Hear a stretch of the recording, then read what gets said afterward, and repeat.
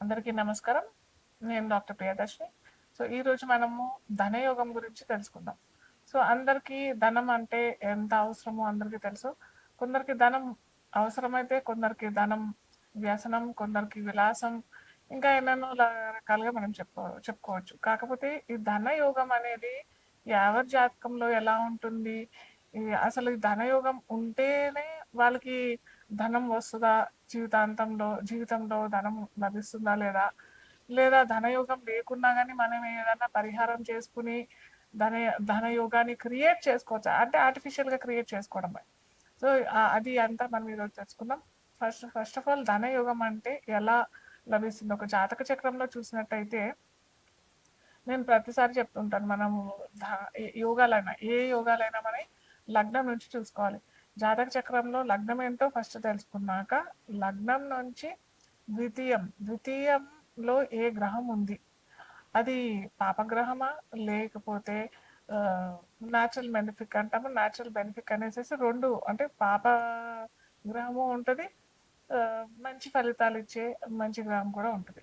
So, ఎప్పుడైతే ఈ పాపగ్రహం లేకుండా మంచి గ్రహం అంటే పర్సనల్‌గా మన జాతక చక్రంలో ద్వితీయంలో పాపగ్రహం లేకుండా మంచి గ్రహం అంటే మంచి ఫలితాలు ఇచ్చే జనరల్‌గా మంచి ఫలితాలన్నీ ఇచ్చేస్తాయన్నమాట. అయితే దాంట్లో ఏంటంటే గురువు గ్రహం, శుక్రగ్రహం అంటే బృహస్పతి, శుక్రుడు. ఈ 2 గ్రహాలు మనకి ధనాన్ని ఇచ్చే గ్రహాలన్నమాట. సో, ఈ గ్రహాలు కనుక ద్వితీయాధిపతితో లేదా ద్వితీయంలో ఒక్కోసారి గురుగ్రహం ఏంటంటే ద్వితీయంలో ఉన్న వాళ్ళకి ఆహ్, విపరీతమైన డబ్బు, విపరీతమైన ధనం వస్తుంది. కానీ వచ్చినప్పటికీ అది నిలదొక్కుకోలేరు. ఏదో విధంగా ఖర్చయిపోవడము, వాళ్ళు అనుభవించరనమాట. అంటే సపోజ్ ఫర్ ఎగ్జాంపుల్ ఒకడు బాగా రిచ్, బాగా ధనవంతుడు. అతను బాగా సంపాదిస్తాడు. లైఫ్ లాంగ్ అతను కూడబెట్టి అలాగే కూడబెడుతూనే ఉంటాడు. తద్వారా ఏమవుతదంటే అతని చివరి జీవిత దశలో అతను అనుభవించకుండానే వెళ్ళిపోతాడు. అతను తదనంతరం ధనాన్ని అనుభవించడం ఇలాంటియన్నీ జరుగుతూ ఉంటాయనమాట. సో, అలాంటి రకం ద్వితీయంలో గురువు ఒకవేళ ఉన్నట్టయితే. మళ్ళీ ద్వితీయంలో గురువు ఉన్నా కానీ ఎన్ని డిగ్రీస్‌లో ఉన్నాడు? ఏ నక్షత్రంలో ఉన్నాడు? ఇవన్నీ కూడా క్షుణ్ణంగా మనం తెలుసుకున్నట్టయితే ఈ ధనయోగాలు మనకి ఎలాంటి ఫలితాలు ఇస్తాయి? ఎలా మనని ధనవంతులు చేస్తాయి అనేసేసి మనం తెలుసుకోవచ్చు. అయితే ఇంకొకటి మనం బాగా చూసుకోవాల్సింది ఏంటంటే గురువు ద్వితీయంలో ఉన్నా గానీ లేదా ద్వితీయంలో ఉన్నప్పటికీ అంత ఫలితాలు ఇవ్వరు అని చెప్పుకున్నాం కదా! ద్వితీయాన్ని ఒకవేళ చూస్తే మటుకు నిజంగా అది చాలా మంచి ధనయోగం. వాళ్ళకి ఎటువంటి ధనానికి ఇబ్బంది లేకుండా జీవితకాలం మొత్తం ధనానికి లోటు లేకుండా ఉంటుంది. అలాగే శుక్రుడు కూడా ద్వితీయంలో ఉన్నా కానీ మనమేమో గ్రహానికి ఏమనుకున్నాము, గురువు కనుక ద్వితీయంలో ఉంటే కొద్దిగా అతను అనుభవించాడు అని చెప్పాం కదా! కానీ శుక్రుడు అలా కాదు. ద్వితీయంలో ఉన్నా అతను ధనాన్ని ఇస్తాడు. కాకపోతే ఇక్కడ రూల్ ఏంటంటే ద్వితీయంలో శుక్రుడు ఉన్నా ఇస్తాడు. ద్వితీయాన్ని చూసినా గాని శుక్రుడు ఇస్తాడు. అలాగే మనం ఇక్కడ చూసుకోవాల్సింది ఏంటంటే ఆ లగ్నానికి ప్రతి లగ్నానికి ఫర్ ఎగ్జాంపుల్ మేష లగ్నమే అనుకోండి. మేష లగ్నానికి గురువు యోగాధిపతి, యోగకారకుడు. సో, గురువు కనుక ఉన్నట్టయితే లేదా గురువు కనుక చూసినట్టే అంటే ఆ ద్వితీయ భావాన్ని చూసినట్టయితే ఖచ్చితంగా అతనికి ఆ జాతకులకి ధనాన్ని ఇస్తాడు. కాకపోతే శుక్రుడు కనుక అక్కడ ఉన్నాడు అనంటే శుక్రుడు మారకాధిపతి అవుతాడు ఆ లగ్నానికి. ద్వితీయ సప్తమాధిపతి అవుతాడు. కాబట్టి శుక్రుడు అంత ఫలితాలు ఇవ్వడు. సో, ఇక్కడ కొద్దిగా క్లారిటీ తెచ్చుకోవాలి ఎవరైనా కానీ ఏ లగ్నాల వారికి యోగకారకుడు. గురువు యోగకారకుడు అవుతే గురువు ఇవ్వాలి. శుక్రుడు యోగకారకుడు అవుతే నేను ఒక్కొక్క రాశికి చెప్తూ ఉంటాను. ఏ ఏ రాశులకి లగ్నాలకి ఏ గ్రహాలు ధనాన్ని క్రియేట్ చేస్తాయనేసి ఒక్కొక్క లగ్నాలకి చెప్పుకుంటూ పోతాం మనము. సో, ఇక్కడ కనుక ద్వితీయానికి మేష లగ్నం వారికి ఇక్కడ కలిగినట్టయితే అంత మంచి చేయడు. సో, ఇలా ప్రతి లగ్నాలకి ఒక లగ్నానికి గురువు యోగకారకుడు అయితే, ఒక లగ్నానికి శుక్రుడు యోగకారకుడు అవుతాడు. సో ఇలా మనము డిఫరెన్షియేట్ చేసుకున్న తర్వాత మనకి ధనయోగం జీవితంలో ఉందా లేదా, ఒకవేళ లేకపోతే ఎలాంటి పరిహారాలు మనం చేసుకోవచ్చు, ఇది మనం మేషం నుంచి మీనం వరకు చూద్దాం.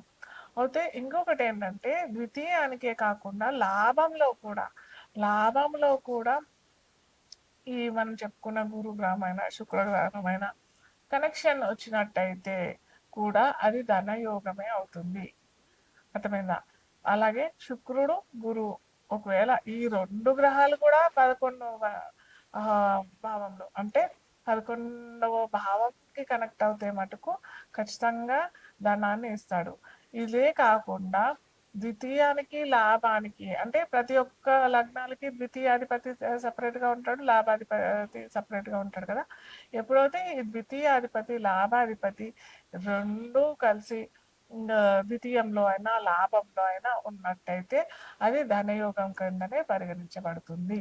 నెక్స్ట్ వృషభ లగ్నం వారికి ధనయోగం ధనయోగం ఎలా క్రియేట్ అవుతుంది, ఎలా ఉంది, ఇవన్నీ మనం చూసుకున్నట్టయితే యాక్చువల్గా వృషభ లగ్నం అంటే వృషభ లగ్నానికి అధిపతి శుక్రుడు. ఓకే, సో శుక్రుడు ఇన్ జనరల్ గా మనం ఎప్పటిదాకా చెప్పుకున్నాం కదా, శుక్రుడు గురువు ఈ 2 గ్రహాలు ధనాన్ని ఇస్తాయి. సో ఇన్ జనరల్ వృషభ లగ్నం వారికి ధనానికి ఎటువంటి లోటు ఉండదు, ఇర్రెస్పెక్టివ్ శుక్రుడు ఎక్కడున్నా. కాకపోతే ఎప్పుడైతే శుక్రుడు పాపగ్రహాలతో ఉన్నట్టయితే కేతు ఇవన్నీ అనుకున్నాం కదా, సో అలా కనుక ఉన్నట్టయితే అష్టమంలో లేదా షష్టంలో వ్యయంలో ఉన్నట్టయితే ఖచ్చితంగా ధనానికి చాలా ఇబ్బంది పెట్టేస్తాడు. ప్లస్ అలాగే ఆ దశ కూడా రావాలి, శుక్ర మహాదశ వచ్చినట్టయితేనే మనకి వస్తుంది. ఏ నవి దశలో పూజ దశలో ఇలాంటి అన్ని దశలు వస్తే మటుకు ఎలా వస్తుంది, రాదు. సో అలాగే ఇక్కడ మనకి వృషభ లగ్నం వారికి చూసినట్టయితే ద్వితీయాధిపతి అయిన బుధుడు, లాభాధిపతి అయిన గురువు, బుధ గురువులు కనుక ద్వితీయానికి లేదా లాభానికి కనెక్ట్ అయినట్టయితే వీళ్ళకి ధనయోగం అని చెప్పుకోవచ్చు. కాకపోతే ఇక్కడ ఏంటంటే ఈ బుధ గురువులు కూడా లక్ష్మీ యోగం అంటే ధన యోగంతో పాటు సరస్వతి యోగం అనేది కూడా ఇస్తారు. అంటే వాళ్ళకి చదువు అనేది, విద్య అనేది వాళ్ళు ఎక్కడన్నా పుట్టని, నేను చాలా మటుకు చూశాను వాళ్ళకి అసలు విద్య అనేది లభించాలంటేనే అంటే ఒక పూట అన్నం తినాలన్నా కానీ ఇబ్బంది కలిగిన వాళ్ళు కూడా ఈ యోగం అంటే గురు బుద్ధులు కనెక్టివిటీ వచ్చినట్టయితే ఖచ్చితంగా వాళ్ళు ఏదో రకంగా ఏదో రూపకంగా వాళ్ళు అయితే విద్య లభిస్తుంది. సో సరస్వతి పుత్రులు కాబట్టి వీళ్ళకి విద్య ద్వారా ధనం లభించే అవకాశం చాలా ఉంది. సో ఒకవేళ ఈ యోగం కనుక లేనట్టయితే వీళ్ళు ఏంటంటే విష్ణు సహస్రనామ పారాయణం బుధవారం స్టార్ట్ చేస్తూ శనివారం కూడా వీళ్ళు ఏమంటారు మనకి తామర పువ్వులు, తెల్ల కలువలుతో పాటు శనివారం వెంకటేశ్వర స్వామికి ఎక్కడన్నా గుళ్ళో కూడా విభూది కాదు, కర్పూరం, ముద్ద కర్పూరం కనుక ఆ గుడిలో ఇస్తే కూడా మీకు ఖచ్చితంగా ధన యోగాన్ని మీకు మీరే క్రియేట్ చేసుకోవచ్చు.